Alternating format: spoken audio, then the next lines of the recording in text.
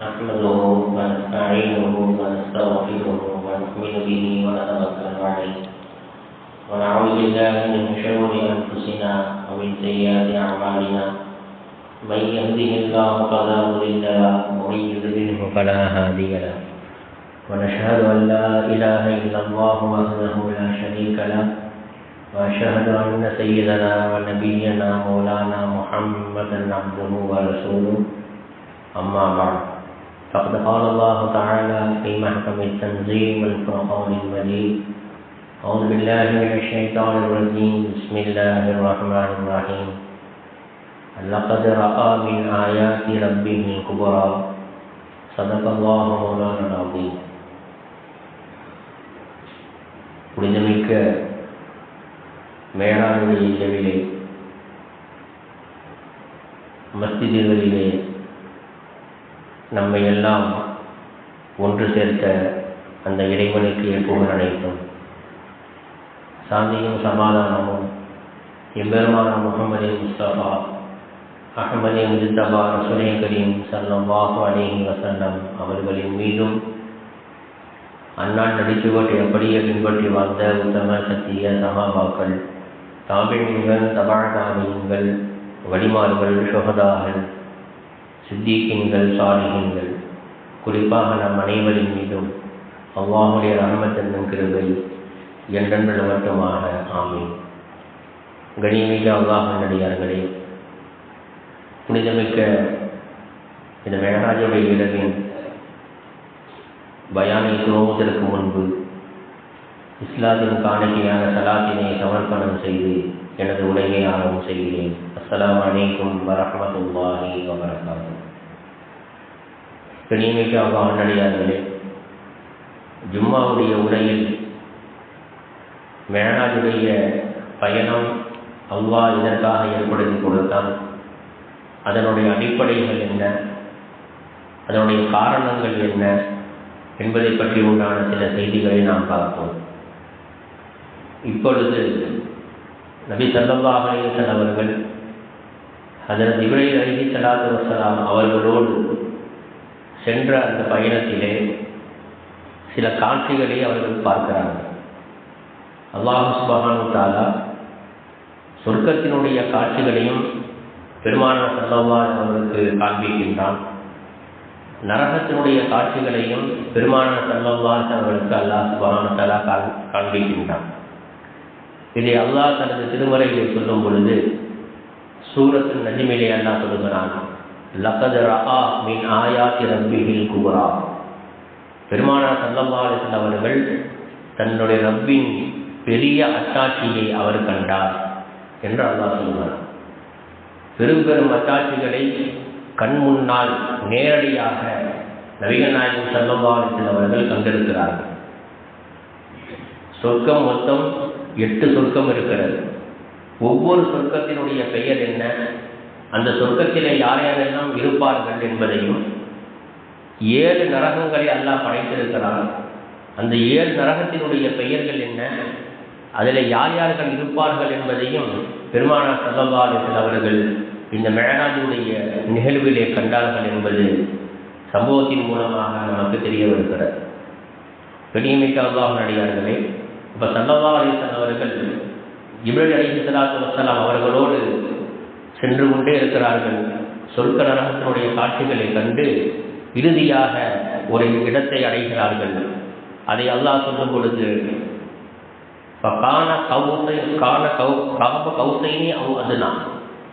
நபி ஸல்லல்லாஹு அலைஹி வஸல்லம் அவர்களும் ஜிப்ரீல் அலைஹிஸ்ஸலாத்து வஸ்ஸலாம் அவர்களும் எந்த அளவுக்கு நெருக்கமாக இருந்து இந்த பயணத்தை மேற்கொண்டார்கள் என்று சொல்லும் பொழுது, வில்லினுடைய 2 ஓரம், ஒரு வில் இருக்குன்னு சொன்னால் அந்த வில்லினுடைய 2 ஓரத்துக்கு, இந்த 2 ஓரத்துக்கு மத்தியில் எவ்வளவு தொலைதூரம் இருக்குமோ அவ்வளவு தொலைதூரம் தான் ஸல்லல்லாஹு அலைஹி வஸல்லம் அவர்களுக்கும் ஜிப்ரீல் அலைஹிஸ்ஸலாத்து வஸ்ஸலாம் அவர்களுக்கு மத்தியில் இருக்கக்கூடிய தூரம்.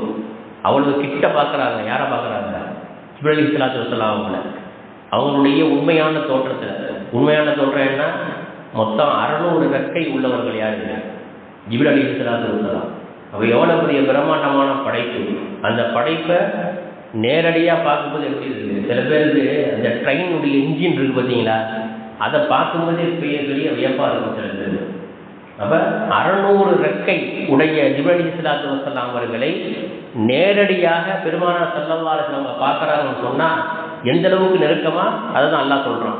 ஃபகான காப கௌஸைனி அவ் அத்னா, வில்லினுடைய 2 ஓரத்திற்கு மத்தியில் எவ்வளவு தூரம் இருக்குமோ அந்த தொலை தூரம், அவ் அல்லது அதுனா அதை விட நெருக்கமாக என்று அல்லாஹ் சொல்கிறான்.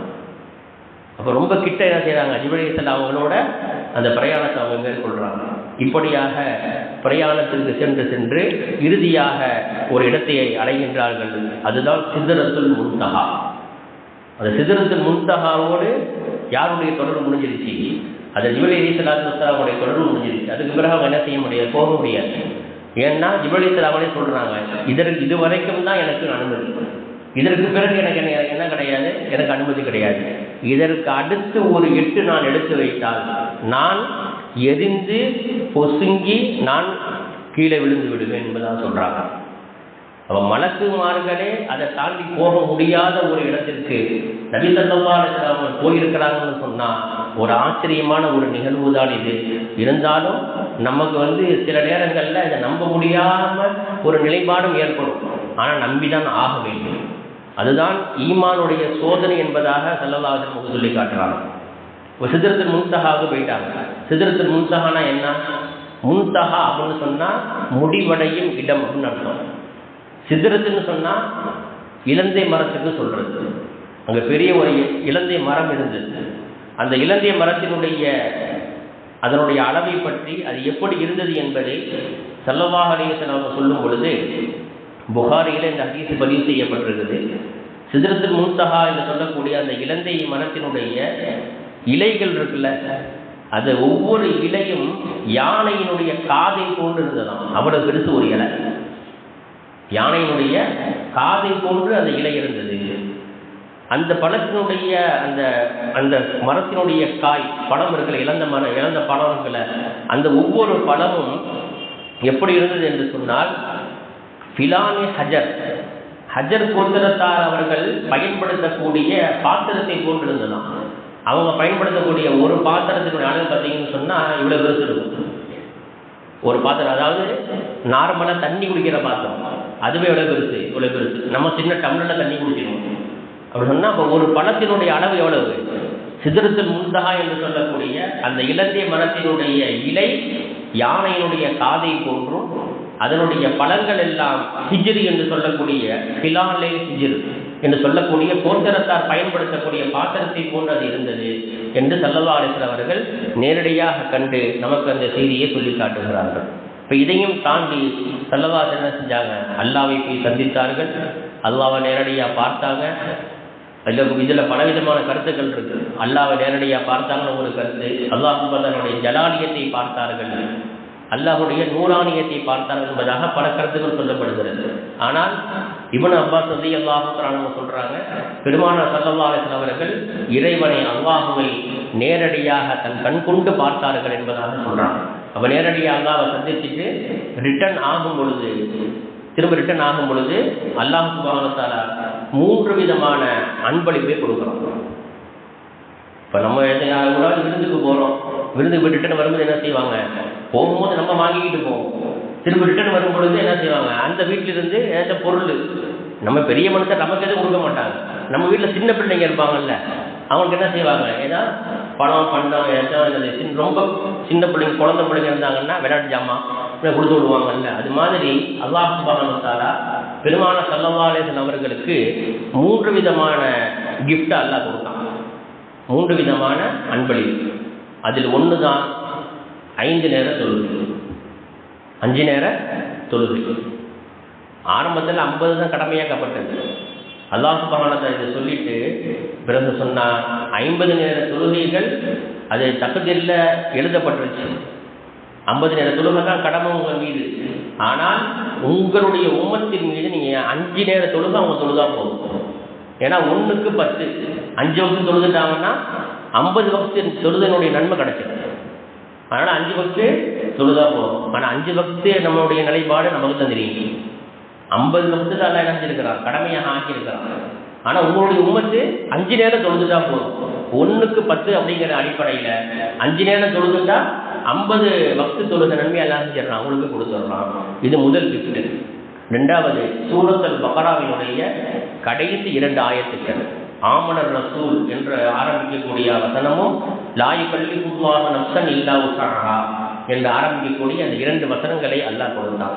3வது யார் இணை வைக்காமல் எனக்கு இணைய வைக்காமல் என்னை சந்திக்கின்றார்களோ அவர்களுடைய பாவங்களை எல்லாம் நான் மன்னித்து விடுகின்றேன் என்று அல்லாஹ் சுப்ஹானஹு வ தஆலா உறுதிமொழியாக தனது தூதர் பெருமானார் ஸல்லல்லாஹு அலைஹி அவர்களுக்கு இந்த 3 கிஃப்டை கொடுத்தாங்க. பிறகு பெருமானார் ஸல்லல்லாஹு அலைஹி அவர்கள் மேராஜிலிருந்து என்ன செய்கிறாங்க, திரும்பி வர்றாங்க. தன்னுடைய சஹாபாக்களுக்கு மத்தியில் அந்த சொர்க்க நரகத்தினுடைய நிலைப்பாட்டை எடுத்து சொல்கிறாங்க. 8 சொர்க்கம் இருக்கு. அதில் முதல் சொர்க்கம் என்ன? ஜன்னத்துல் ஃபிர்தௌஸ், உயர்தரமான சொர்க்கம். அதாவது ஒரு சொர்க்கத்தை கணித்து இன்னொரு சொர்க்கம் எந்த அளவுக்கு பிரம்மாண்டமாக இருக்குன்னு சொன்னால், ஜன்னத்துல் ஃபிர்தௌஸ் என்பது அதற்கு அடுத்து இருக்கக்கூடிய தாருஸ் சலாம் என்ற சொர்க்கத்தை விட 9 லட்சம் மடங்கு பெரியது. அப்போ எவ்வளோ பெரிய சொர்க்கம்! அப்போ இந்த சொர்க்கத்தில் யாரெல்லாம் இருப்பா, இதை பற்றி உண்டான செய்திகள் என்ன என்பதை அல்லாஹ் சுப்ஹானஹு வ தஆலா தனது திருவசனத்திலே நமக்கு தெளிவாக சொல்லி காட்டுகிறான். இந்த ஜன்னத்துல் ஃபிர்தௌஸை பற்றி அல்லாஹ் குர்ஆனிலே சொல்லும் பொழுது கிட்டத்தட்ட 3 இடங்களில் அல்லாஹ் ஜன்னத்துல் ஃபிர்தௌஸ் அப்படிங்கிற வார்த்தையை அல்லாஹ் முழு குர்ஆனிலும் அல்லாஹ் உபயோகப்படுத்துறான். ஜன்னத்துல் ஃபிர்தௌஸ்ங்கிற வார்த்தை முழு குர்ஆனில் எத்தனை தடவை வருது? 3 தடவை அல்லாஹ் என்ன உபயோகப்படுத்துறான். இன்னல்லதீன ஆமனு வ அமிலுஸ் ஸாலிஹாத்தி கானத் லஹும் ஜன்னாத்துல் ஃபிர்தௌஸி நுஸுலா. ஈமான் கொண்டு நல் அமல்கள் யார் செய்வார்களோ அவர்களுக்கு உயர்தரமான சொர்க்கத்தை நாம் தயார்படுத்தி வைத்திருக்கின்றோம் என்று அல்லாஹ் செய்யலாம் இந்த வசனத்தை சொல்லி காட்டுகிறான். இந்த வசனம் சூரத்துல் கஹ்ஃப்ல இருக்குது.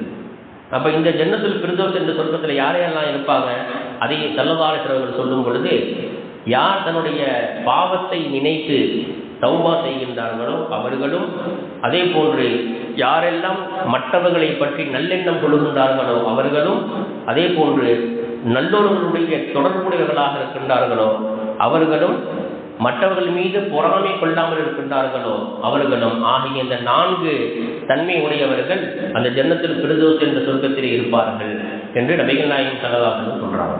இது முதல் சொர்க்கம், இருக்கக்கூடிய சொர்க்கத்திலேயே மிக உயர்வான சொர்க்கம். இந்த சொர்க்கத்தில் தான் யார் இருப்பாங்க?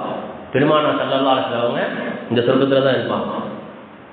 நம்ம கியாமத் நம்ம மூத்தாகி நம்ம கபரிலிருந்து எழுப்பப்பட்டு கியாமத்தினால கேள்விகளெல்லாம் கேட்கப்பட்டு நம்ம சொர்க்கத்துக்கு போவோம்ல, எங்கே போய் சந்திக்கணும்? ரசூலுல்லாஹ் இந்த ஜன்னத்துல் ஃபிர்தௌஸ் சொர்க்கத்தில் போய் தான் சந்திக்கணும்.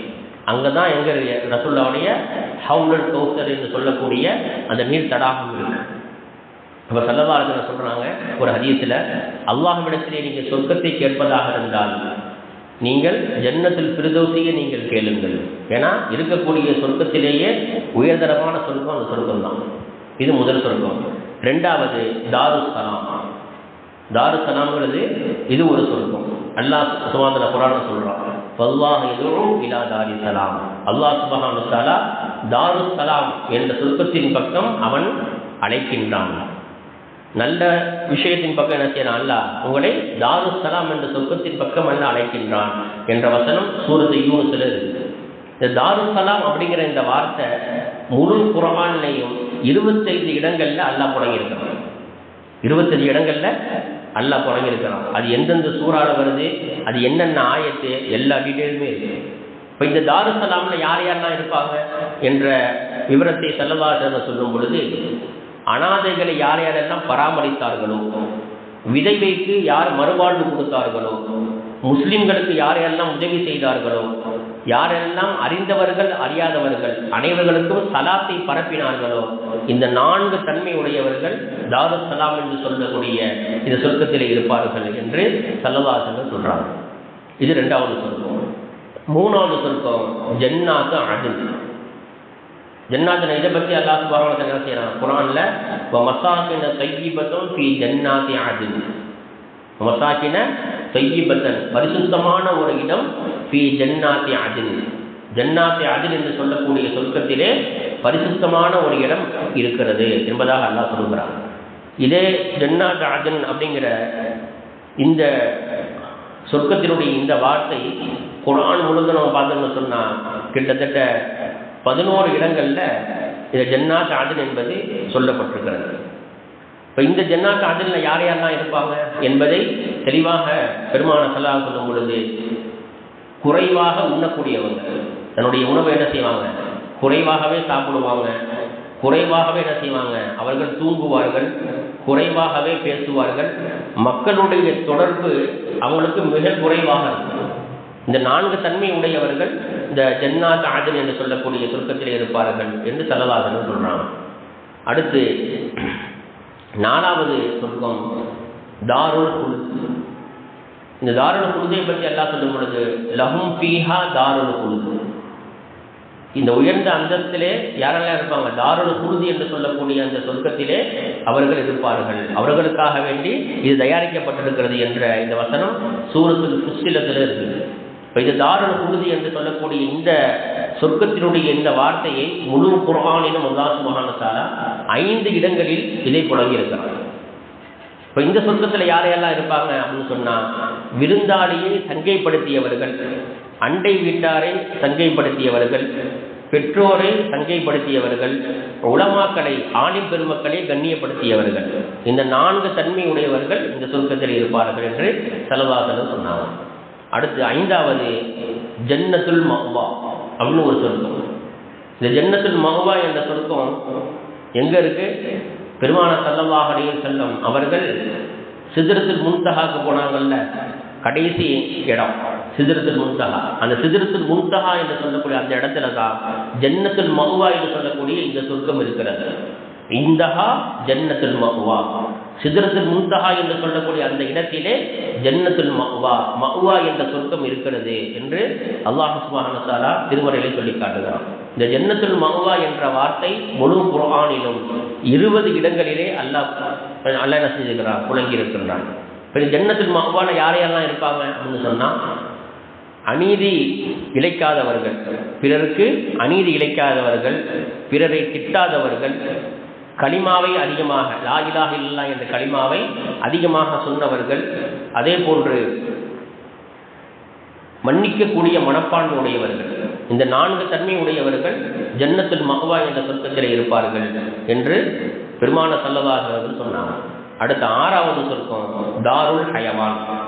இந்த தாருல் ஹயவான் என்பது இதை பற்றி குர்ஆன்ல சூரத்துல் அன்கபூத்ல அல்லாஹ் சொல்றான், இன்னத் தாரல் ஆகிரத லஹியல் ஹயவான். மறுமை நாள், மறுமை வீடு என்பது அதுதான் தாருல் ஹயவான் என்று சொல்லக்கூடிய சொர்க்கம் என்று குர்ஆன் நமக்கு சொல்லி காட்டுகிறது. இந்த தாருல் ஹயவான் அப்படிங்கிற இந்த வார்த்தையை முழு குர்ஆனிலும் அல்லாஹ் சுப்ஹானஹு வ தஆலா ஒரே ஒரு இடத்துல மட்டும் என்ன செஞ்சிருக்காங்க, உபயோகப்படுத்தியிருக்காங்க. இப்போ இந்த சொர்க்கத்தில் யாரையெல்லாம் இருப்பாங்க தாருல் ஹயவான்ல அப்படின்னு பார்த்தோம்னா, யாரையெல்லாம் இது முழுக்க இந்த தாருல் ஹயவான்ல யார் இருப்பாங்கன்னு சொன்னால், பள்ளிவாசல் சம்பந்தப்பட்டவங்க. பள்ளிவாசல் சம்பந்தப்பட்டவங்களுக்கு மட்டுமே தனி ஒரு சொர்க்கம், அதான் தாருல் ஹயவான். எப்படிப்பட்ட சொர்க்கம் இது? யாரையெல்லாம் இருப்பாங்க? பள்ளிவாசல் சம்பந்தப்பட்டவங்க சொன்னால், பள்ளிவாசலை கட்டியவர்கள், பள்ளிவாசலை கட்டினாங்கல்ல, கட்டுறதுக்கு யாரெல்லாம் பொருளாதாரத்தால் உதவி செஞ்சாங்களோ அவங்க அனைவரும் இருக்கக்கூடிய இடம். 2வது, பள்ளிவாசலுக்கு லைட்டு போட்டவங்க, பள்ளிவாசல் வந்து இருட்டாக இருக்கிறது ஒரு லைட்டு வாங்கி போட்டாங்கன்னு வைங்க, அவங்க இருக்கக்கூடிய இடம் எது? தாருல் ஹயவான். 3வது, பள்ளியை சுத்தம் செய்யக்கூடியவங்க. மோஜினார்னு வேணா, நம்ம மோஜினார்னா நம்ம சாதாரணமாக நினைக்கிறோம். எவ்வளோ பேர் எந்த தெரியுமா மோஜினாருக்கு? தாருல் ஹயவான் என்ற சொர்க்கம் அவருக்கு இருக்கு. இன்னும் சொல்ல போனால் செலவாசனை சொல்லுவாங்க, ஒரு ஆண் ஒரு பெண்ணை திருமணம் முடிக்கணும் அப்படின்னு சொன்னால் மகர் கொடுக்காம திருமணம் முடிக்க முடியாது, மகர் கொடுக்காம திருமணம் முடிக்க முடியாது. அப்போ சொர்க்கத்தில் ஹூர்ன் என்று சொல்லக்கூடிய கன்னியர்கள் இருப்பாங்க. அப்போ அவர்களை திருமணம் முடிக்கணும்னு சொன்னால் என்ன வேணும்? அவங்களுக்கு மகர் கொடுக்கணும். அந்த மகர் என்ன என்பதை பெருமானார் ஸல்லல்லாஹு அலைஹி வஸல்லம் சொல்லும் பொழுது, யார் பள்ளிவாசலை சுத்தம் செய்தார்களோ, பள்ளிவாசல் இருக்கக்கூடிய தூசி, ஒரு தூசி சுத்தம் செய்யறதுன்னா எல்லா பாயும் எல்லா மேட்டையும் எடுத்துட்டு பூரா ஒற்றை அடிச்சு கூட்டி பெருக்கி சுத்தம் பண்றது அப்படி அல்ல. பள்ளிவாசல்ல இருந்து ஒரு தூசியை எடுத்து வெளியே போட்டாலும் அது சுத்தம் பண்றது தான். சல்லல்லாஹு சொல்றாங்க, நீங்க பள்ளிவாசல் இருக்கக்கூடிய ஒரு தூசியை எடுத்து நீங்க வெளியே போட்டாலும், அந்த தூசியை வெளியே போடுற பார்த்தீங்களா, அந்த தூசியை எடுத்து வெளியே போடுறது தான் ஹூருல் ஈனை திருமணம் முடிப்பதற்கு உண்டான மகர்னு சொன்னாங்க சல்லல்லாஹு. அடுத்து 4வது யார் இருப்பா, பள்ளிவாசல்களிலே அதிகமாக யார் தங்கி இருக்கின்றார்களோ, இப்போ நோம்புடைய காலங்களில் ஏத்திகாஃப் இருப்பாங்க, அது மாதிரி பள்ளிவாசலில் நம்ம தொழுவம் வர்றோம், எவ்வளோ நேரம் தங்கியிருக்கோம், கிட்டத்தட்ட ஒரு அரை மணி நேரம். பாங்கு சொன்னதிலிருந்து சுண்ண தொழுதுட்டு பல்ல தொழுதுட்டு திரும்ப சுண்ண தொழுதுட்டு என்ன செய்யணும், ஒவ்வொரு வக்துக்கும் ஒரு குறைஞ்சபட்சம் ஒரு 20 நிமிஷம் அல்லது அரை மணி நேரம் நம்ம என்ன செய்யணும், பள்ளிவாசலில் தங்கியிருக்கோம். அப்போ இந்த 4 தன்மைகள் முழுக்க பள்ளிவாசலோடு தொடர்பு இருக்கக்கூடியவர்களுக்காக வேண்டி அல்லாஹ் தயார் செய்திருக்கக்கூடிய சொர்க்கம் தான் தாருல் ஹயவான் என்று சொல்லக்கூடிய இந்த சொர்க்கம். அடுத்து 7வது சொர்க்கம் மக்அத சித்க். இந்த மக்அத சித்க் என்று சொல்லக்கூடிய இந்த சொர்க்கம் இருக்கிறது. இதை பற்றி அல்லாஹ் குர்ஆன்ல சொல்றான், ஃபீ மக்அத சித்கின் இந்த மலீகின் முக்ததிர். சூரத்துல் கமருடைய கடைசி வசனம் இது.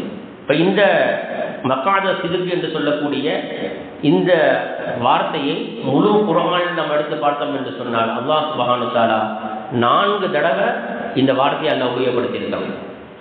இப்போ இந்த சொர்க்கத்தில் யாரையெல்லாம் இருப்பா அப்படின்னு சொன்னால் இதுலேயும் 4 நபர்கள் இருப்பாங்க. அதில் முதலாவது கஃபன் துணியை வாங்கி வைத்திருப்பவர். இப்போ ஏழை எளிய மக்கள் யார் மூத்தா போனானே தெரியல, அப்போ அவங்க ஜனாதாவை யார் எடுக்கிறது?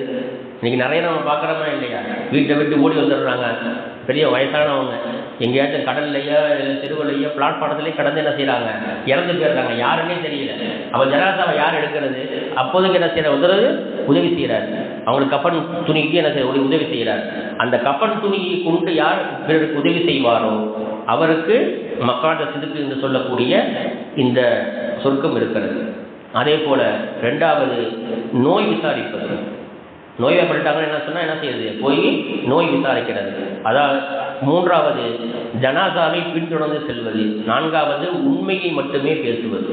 இந்த 4 தன்மைகள் யார்கிட்ட இருக்குமோ அவங்க எங்கே இருப்பாங்க, மக்அத சித்க் என்று சொல்லக்கூடிய அந்த சொர்க்கத்தில் அவங்க இருப்பாங்க.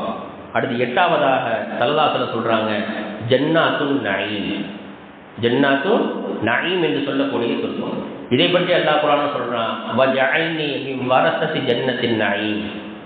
ஜன்னத்தின் நஈம் என்ற அந்த சொர்க்கத்தை தனக்கு வராசத்தாக அவர்கள் என்ன செஞ்சாங்க, அவர்களுக்கு நாம் ஆக்கி வைத்தோம் என்று அல்லாஹ் சொல்றான். அப்போ இந்த சொர்க்கத்தை பற்றி ஜன்னத்துன் நஈம் என்று இந்த வார்த்தை முழு குர்ஆன்லையும் 15 இடங்களில் அல்லாஹ் சுப்ஹானஹு வ தஆலா புழங்கியிருக்காங்க. இப்போ இந்த ஜன்னத்து நஈம்ல யாரையெல்லாம் இருப்பாங்க அப்படின்னு சொன்னால், பொறுமையை மேற்கொண்டவர்கள், நன்றி செலுத்தியவர்கள், அல்லாஹ் கொடுத்திருக்கக்கூடிய அந்த பொருளாதாரத்திற்கு நன்றி செலுத்தியவர்கள், தான தர்மம் செய்தவர்கள், பிறருக்கு கஷ்டம் தராதவர்கள், இந்த 4 தன்மை உடையவர்கள் இந்த சொர்க்கத்தில் இருப்பாங்க என்பதாக ஸல்லல்லாஹு அலைஹி வஸல்லம் என்ன செய்கிறாங்க, நமக்கு சொல்லி காட்டுறாங்க. இப்போ இந்த விஷயத்தை எல்லாம் சொல்லக்கூடிய காரணம் என்னன்னு சொன்னால், சொல்லப்பட்டிருக்கக்கூடிய 8 சொர்க்கத்திலேயும் ஒவ்வொரு சொர்க்கத்திலும் 4 தன்மை உடையவர்கள் இருப்பார்கள் என்று ஸல்லல்லாஹு அலைஹி வஸல்லம் அடையாளப்படுத்தியிருக்கிறாங்க. அந்த தன்மைகள் எல்லாம் நம்மிடத்திலே இருக்கிறதா என்று நாம் யோசிக்க வேண்டும். அப்படி இல்லை என்று சொன்னால், எந்த தன்மை நம்மிடத்திலே இல்லையோ அதை வருங்காலத்திலே நம்முடைய வாழ்க்கையிலே கொண்டுவதற்கு நாம் முயற்சி செய்து அந்த சொர்க்கத்தை அடைவதற்கு உண்டான முயற்சியை நாம் எடுக்க வேண்டும். அல்லாஹ் தௌஃபீக் செய்வானாக. அப்போ சொர்க்கத்தினுடைய விஷயத்தை ஸல்லல்லாஹு அலைஹி வஸல்லம் சொல்லிட்டாங்க. அடுத்து நரகத்தை பற்றி சொல்றாங்க. 7 விதமான நரகம் இருக்குது. ஏன்னா பாசிட்டிவா சொல்லிட்டோம்னா என்ன செய்யணும், நெகட்டிவ்னு சொல்லணும்ல. பாசிட்டிவா சொல்லி முடிஞ்சாச்சு, இப்போ அடுத்து நெகட்டிவ். அந்த நரகத்தில் யாரையெல்லாம் இருப்பாங்க, மொத்தம் 7 நரகம் இருக்குது. அதற்கு முன்னதாக ஸல்லல்லாஹு அலைஹி வஸல்லம் ஒரு ஹதீஸை சொல்றாங்க. அந்த நரகத்தினுடைய விஷயங்களை சொல்வதற்கு முன்பதாக நரகத்திலே முதலாக யார் உள்ள போவான், ஃபர்ஸ்ட் உள்ள போறது யார் அப்படிங்கிற ஸல்லல்லாஹு அலைஹி வஸல்லம் சொல்றாங்க. ஹாக்கிம்லையும் அஹ்மதுலையும் இந்த ஹதீஸ் பதிவு செய்யப்பட்டிருக்கு. அவ்வளவு சலாஹத்தி எதுகுருன் அன்னார், நரகத்திலே முதலாக 3 நபர்கள் நுழைவாங்க. யார் யாரு? முதலாவதாக அமீரும் முசல்லத்துன், கொடுங்கோல் ஆட்சி செய்யக்கூடிய அரசர், மக்களுக்கு நல்லதே செய்ய மாட்டான். இப்படிப்பட்ட அரசர் என்ன செய்வார், அந்த நரகத்தில் இருப்பார். வது சௌரத்தின் மின் மாலி லாயு அத்தி ஹக்கஹல்லாஹு ஃபி மாலி, அல்லாஹ் எந்த பொருளாதாரத்தை கொடுத்து அதற்குரிய ஹக்கை நீ நிறைவேற்ற வேண்டும் என்று சொன்னானோ அந்த ஹக்கை நிறைவேற்றாமல் போவது, அதாவது ஜக்காத்து கொடுக்காமல் இருக்கிறது. இவங்க என்ன செய்வாங்க, பொருளாதாரத்தை தன்னுள்ளே வைத்துக் கொள்வாங்க, அதை பிறருக்கு கொடுக்க மாட்டாங்க. இவர்கள் நரகத்தில் முதலாக உள்ள போவாங்க. மூன்றாவது ஃபக்கீருன் ஃபகூரும், பாவம் செய்யக்கூடிய ஏழை. இன்னொரு ஒரு அர்த்தம் என்னன்னு சொன்னால் பெருமை அடிக்கக்கூடிய ஏழை. பொருளாதாரம் இருக்காது, எந்தவித வசதி வாய்ப்பும் இருக்காது, ஆனால் பெருமைக்கு மட்டும் குறைச்ச இருக்காது. இப்படிப்பட்ட தன்மை உடையவங்க என்ன செய்வாங்க, நரகத்தில் முதலாக நுழைவார்கள் என்று ஸல்லல்லாஹு என்ன செய்கிறாங்க, ஹதீஸில் சொல்லி காட்டுறாங்க. அப்போ நரகத்தினுடைய விஷயங்களை பற்றியும் குர்ஆனும் ஹதீஸும் நமக்கு என்ன செய்யுது, ஏராளமாக சொல்லி காட்டுகிறது. குர்ஆனில் கூட அல்லாஹ் சுப்ஹானஹு வ தஆலா நரகத்தை பற்றி உண்டான வசனத்தை சொல்லும் பொழுது வஇன்ன ஜஹன்னம லமௌஇதுஹும் அஜ்மஈன், நிச்சயமாக ஜஹன்னம் என்று சொல்லக்கூடிய நரகம் இருக்கிறதே அவர்கள் அனைவர்களுக்காக வேண்டியும் அது தயார் செய்து வைக்கப்பட்டிருக்கிறது. லஹா சபஅத அபுவாப், ஒவ்வொரு நரகத்திற்கும் சபஅத அபுவாப் 7 வாசல்கள் இருக்கும். லிகுல்லி பாபின் ஜுஸ்உம் மக்சூம், அவர்கள் அந்தந்த பகுதிக்காக வேண்டி அல்லாஹ் யாரை நியமித்திருக்கின்றானோ அவர்கள் என்ன செய்வாங்க, அந்தந்த வாசல்களிலே அவர்கள் இருப்பார்கள் என்று குர்ஆனுடைய வசனம் நமக்கு சொல்லி காட்டுகிறது. ஸல்லல்லாஹு அலைஹி சஹாபாக்களுக்கு சொல்றாங்க, 7 விதமான நரகம் இருக்கிறது, அந்த நரகத்திலே யார் யாரெல்லாம் இருப்பார்கள் என்ற நீண்ட பட்டியலை ஸல்லல்லாஹு சொல்லி காட்டுறாங்க. அதில் முதலாவது நரகம் ஜஹீம் என்று சொல்லக்கூடிய நரகம். இந்த ஜஹீம்ல யார் இருப்பாங்க அப்படின்னு சொன்னா, கெட்ட எண்ணம் உள்ளவர்கள், பொறாமைக்காரர்கள், அதே போல ஜோசியம் பார்க்குறவங்க, இந்த 3 பேர் என்ன செய்வாங்க, இந்த நரகத்தில் இருப்பாங்க. இந்த ஜஹீம் அப்படின்னு சொல்லக்கூடிய இந்த வார்த்தையை முழு குர்ஆனில் அல்லாஹ் சுப்ஹானஹு வ தஆலா 25 இடங்கள்ல அல்லாஹ் புழங்கியிருக்காங்க. 25 இடங்கள்ல இந்த ஜஹீம் அப்படிங்கிற வார்த்தை வருது. இது முதல் நரகம். ரெண்டாவது ஜஹன்னம் என்று சொல்லக்கூடிய நரகம். இதுல யார் யாரெல்லாம் இருப்பா அப்படின்னு சொன்னா, பெற்றோருக்கு தீங்கிழைக்கக்கூடியவர்கள், எப்பொழுதுமே மதுவிலே இருக்கக்கூடியவர்கள், அதே போன்று மூன்றாவது மனைவியை வைத்து சம்பாதிக்கக்கூடியவர்கள், தவறான தொழிலிலே அவர்களை ஈடுபடுத்தி மனைவியை, தனக்கு தான் கட்டிய மனைவியை தவறான முறையிலே தொழிலிலே ஈடுபடுத்தி சம்பாதிக்கக்கூடியவர்கள். இந்த 3 தன்மையுடையவர்கள் ஜஹன்னம் என்று சொல்லக்கூடிய நரகத்தில் இருப்பாங்க. இந்த ஜஹன்னம் என்ற இந்த நரகத்தினுடைய இந்த வார்த்தையை அல்லாஹ் சுப்ஹானஹு வ தஆலா 25 இடங்கள்ல அல்லாஹ் புழங்கியிருக்கிறான் முழு குர்ஆனில். அடுத்து மூன்றாவது லலா என்று சொல்லக்கூடிய நரகம். இந்த லலா என்று சொல்லக்கூடிய இந்த நரகம் இருக்குது, இந்த வார்த்தையை முழு குர்ஆனிலும் ஒரே இடத்துல தான் அல்லாஹ் புழங்கியிருக்கான். சூரத்துல் மாஆரிஜ்ல வரும், கல்லா இன்னஹா லலா, கல்லா இன்னஹா லலா என்று அல்லாஹ் செய்வான். ஒரே இடத்துல அல்லாஹ் என்ன செஞ்சிருக்கான், புழங்கியிருக்கான். அப்ப இந்த நரகத்துல யாரையெல்லாம் இருப்பாங்க அப்படின்னு சொல்லும் பொழுது, வயதானவர், 60 வயசு தாண்டியும் விபச்சாரத்தில் ஈடுபட்டிருக்கக்கூடிய ஒரு விபச்சாரம், சிறு வயசு இல்லை, 60 வயசு தாண்டிடுச்சு, வயசாயிடுச்சு, அப்படி இருந்து என்ன செய்யறாரு, விபச்சாரத்தில் ஈடுபட்டிருக்கிறார். அவரும் தன்னுடைய கீழாடை இருக்கு பார்த்தீங்களா, அந்த கீழாடையை கரண்டை காடுக்கு கீழே உடுத்தியவர்களும், மூன்றாவது தான் செய்திருக்கக்கூடிய நியமத்துகளை சொல்லி காட்டக்கூடியவர்கள். மன்னான், மன்னான்னா என்ன, தான் எந்த நியமத்தை பிறருக்கு செஞ்சிருக்க உதவி செஞ்சிருக்கிறோமோ அதை சொல்லி காட்டிக்கிட்டே இருக்கிறது. நான் அவருக்கு அதை செஞ்சேன், இவருக்கு இது செஞ்சேன் அப்படின்னு என்ன செய்யறது, சொல்லி காட்டிக்கிட்டே இருக்கிறது. இப்போ இந்த 3 தன்மை உடையவங்க லலா என்று சொல்லக்கூடிய நரகத்திலே இருப்பார்கள் என்று ஸல்லல்லாஹு அலைஹி சொல்றாங்க. அடுத்து 4வது ஸஈர் என்று சொல்லக்கூடிய நரகம். இந்த நரகத்தில் யாராக இருப்பான்னு சொன்னா, காபாவிலே தவறு செய்யறது. எங்க மக்காவில் போய் காபாவில் யார் தவறு செய்யணும் அப்படிங்கிற அந்த எண்ணத்தில் அங்கே போகிறாங்களோ அவர்களும், அதே போன்று நபி ஸல்லல்லாஹு அலைஹி வஸல்லம் அவர்கள் சொன்னாங்க, ஐயாமுல் ஜாஹிலியாவுடைய பழக்க வழக்கங்களை யார் தன்னிடத்திலே கொண்டு வந்திருக்கின்றார்களோ, அதே போன்று யார் கொலை செய்கின்றார்களோ, இந்த 3 பழக்கம் யார்கிட்ட இருக்குமோ அவங்க என்ன செய்வாங்க, ஸஈர் என்று சொல்லக்கூடிய இந்த நரகத்தில் இருப்பாங்க. அல்லாஹ் சுப்ஹானஹு வ தஆலா முழு குர்ஆனிலும் ஸஈர் என்ற இந்த வார்த்தையை 16 இடங்கள்ல அல்லாஹ் என்ன செய்திருக்கிறான், புழங்கியிருக்கிறான். அடுத்து 5வதாக சொன்னார்கள் சக்கர் என்று சொல்லக்கூடிய நரகம். சக்கர் என்று சொல்லக்கூடிய நரகம். இந்த நரகத்தில் 3 தன்மையுடையவங்க இருப்பாங்க. குர்ஆன்லேயே எல்லாம் சொல்லி காட்டுறான் அந்த சக்கரனுடைய நரகத்தை பற்றி. மா கலகக்கும் ஃபி சக்கர், அதாவது சொர்க்கவாசிகள் நரகவாசிகளை பார்த்து கேட்பாங்க. சொர்க்கவாசி சக்கரில் இருப்பாங்க அந்த நரகவாசி. அவங்க கேட்பாங்க, மா சலகக்கும் பி சக்கர், இந்த சக்கர் என்று சொல்லக்கூடிய இந்த கொடூர நரகத்திற்கு நீங்கள் ஏன் வந்தீங்க, என்ன காரணம்? இந்த கொடூர நரகத்திற்கு நீங்கள் ஏன் வந்தீங்க, என்ன காரணம்? அப்போ அவங்க சொல்லுவாங்க, அல்லாஹ் குர்ஆன்ல சொல்லி காட்டுறான், சூரத்துல் முத்தஸ்ஸிர்ல இந்த ஆயத்து வருது. அவங்க சொல்லுவாங்க, முதல்ல என்ன விஷயம் தெரியுமா, காலு லம் நகு மினல் முஸல்லீன், நாங்கள் தொழுகல. முதல் விஷயம்னா நாங்கள் தொழுகவில்லை. வலம் நகு நுத்இமுல் மிஸ்கீன், ஏழை எளிய மக்களுக்கு நாங்கள் உணவளிக்கவில்லை. வகுன்னா நகூனு மஅல் ஹாயிரீன், பள்ளிவாசல்ல பாங்கு சொல்லப்பட்டாலும் நாங்கள் ரோட்டில் தெரிஞ்சு சுற்றிக்கிட்டு இருந்தோம் அப்படின்னு சொல்லுவாங்க. யார்கிட்ட? அந்த நரகவாசி சொர்க்கவாசிகள்கிட்ட என்ன செய்வாங்களாம் சொல்லுவாங்க. இப்போ இந்த 3 தன்மைகள் யார் இடத்துல இருக்கிறதோ அவங்க இருக்கக்கூடிய நரகம் என்னங்க? சக்கர் என்று சொல்லக்கூடிய நரகம். பெருமானார் ஸல்லல்லாஹு அலைஹி வஸல்லம் அவர்கள் அந்த மேராஜுடைய பயணத்தில் ஆச்சரியமான நிறைய நிகழ்வுகளை பார்த்தாங்க. அதில் ஒரு நிகழ்வு என்னன்னு, நிறைய நிகழ்வு இருக்குது. அதில் ஒரு நிகழ்வு என்னன்னு சொன்னால், தொழுகையை விட்டவர்களுக்கு உண்டான தண்டனையை ஸல்லல்லாஹு அலைஹி வஸல்லம் பார்த்துட்டு சொல்கிறாங்க. புகாரியில் அந்த ஹதீஸ் பதிவு செய்யப்பட்டிருக்கு. என்ன தண்டனைன்னு சொன்னால், அதாவது தொழுவாமல் தூங்கிடுறது. தொழுவாமல் என்ன செஞ்சிடறாங்க, தூங்கிடுறாங்கல்ல, அவங்களுக்கு கொடுக்கக்கூடிய தண்டனையை பற்றி ஸல்லல்லாஹு அலைஹி வஸல்லம் விவரிக்கிறாங்க சஹாபாக்கள்கிட்ட. எப்படி தண்டனை இருக்கும் அப்படின்னு சொன்னால், அவங்க என்ன செய்வாங்கன்னா படுக்க வைக்கப்பட்டிருப்பாங்க. ஜனத்தை படுக்க வைக்கிறாங்கல்ல, அது மாதிரி படுக்க வைக்கப்பட்டு அவர்களுடைய தலையில் பெரிய கல்லை போடப்படும். போட்ட உடனேயே அந்த தலை என்ன செஞ்சிடும், சுக்குநூறாக போயிடும். அந்த கல் மீண்டும் என்ன செய்யணும், யார் கல்லை போட்டாரோ அவர் கைக்கு மீண்டும் அந்த கல் வந்துடும். அதாவது பந்து அடிக்கணும் பார்த்தீங்களா, அடித்த உடனே திரும்ப என்ன செய்ய மாட்டேன், பந்து மீண்டும் வரும்ல, அது மாதிரி கல் அவர் கைக்கு வந்துடும். அவர் கைக்கு அந்த கல் வர்றதுக்குள்ளாக சிதைக்கப்பட்ட அந்த தலை ஒன்று செஞ்சிடும்.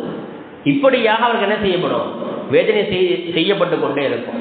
அப்போ ஸல்லல்லாஹு அலைஹி வஸல்லம் ஜிப்ரீல் அலைஹிஸ்ஸலாம் அவங்கள்ட்ட கேட்குறாங்க, மன் ஹாவுலாயி, இவர்கள்லாம் யார்? இப்படிப்பட்ட ஒரு கொடூரமான தண்டனையில் இருக்கிறாங்களே, இவங்க யார் அப்படின்னு கேட்கும் பொழுது, அப்போ ஜிப்ரீல் அலைஹிஸ்ஸலாம் சொன்னாங்க, தொழாமல் தூங்கியவர்களுக்கு கொடுக்கப்படக்கூடிய தண்டனை. இப்போ இதை ஏன் நான் சொல்கிறேன்னு சொன்னால், நம்ம யோசிக்கணும்.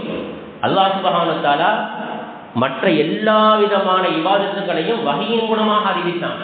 தொழுகையை மட்டும் என்ன செஞ்சான், தன்னின் பக்கம் அழைத்து அன்பளிப்பாக கொடுக்கப்பட்ட ஒரு இபாதத்தான் தொழுகை.